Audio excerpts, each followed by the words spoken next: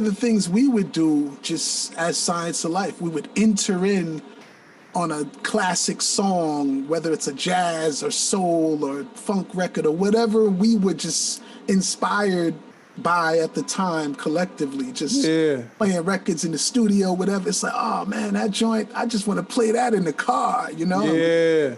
So whatever those joints were, we would start with that and end with that and just enter the stage and leave the stage with those type of joints. Like somebody else's music? Somebody else's music. Got you. Dexter Gordon joint or, you know, a Curtis Mayfield joint or whatever we were feeling at the time. It was like, yo, we putting this on. You know, we leave into Patrice Rushen because we're just talking about Feel So Real and whatever. Some walk-off music. Exactly. And traveling. And another thing, too, is we were talking about the spades, another technique in spades. If I got big joker, little joker, all the major trump cards, I'm looking at the rest of the crew like, yo, I'm not waiting to the end. Boom. Right, true.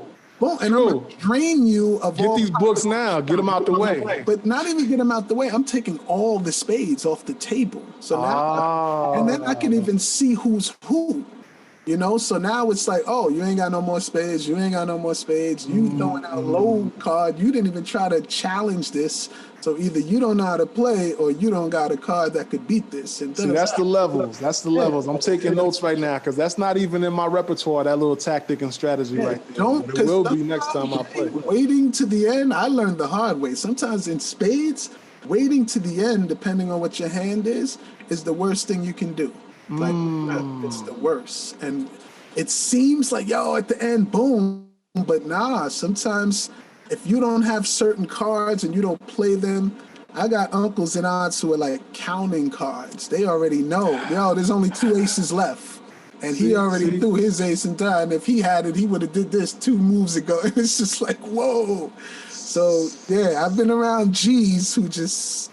talk about spades all day long. That right there is bringing more value to the podcast than everything we've spoken about so far. Because usually when people talk about spades, it's either they're really good and people they've played with are really not. But nobody ever goes into actually, I've never really heard like game theory on spades. People are just like, yo, you better not cut me. You better not sandbag. You better not renege. And it's like, you don't ever really hear the little nuances and the tactics like that. Like if I was talking chess with somebody, we could get into all kinds of stuff about, forks and fianchettos and all of that. But you'll never really hear like spades game theory, you know what I'm saying? You're only gonna get that on 52 pickup, and it happens to be a card game, which is why it's a damn card game that we agreed upon for the podcast, you know what I'm saying? So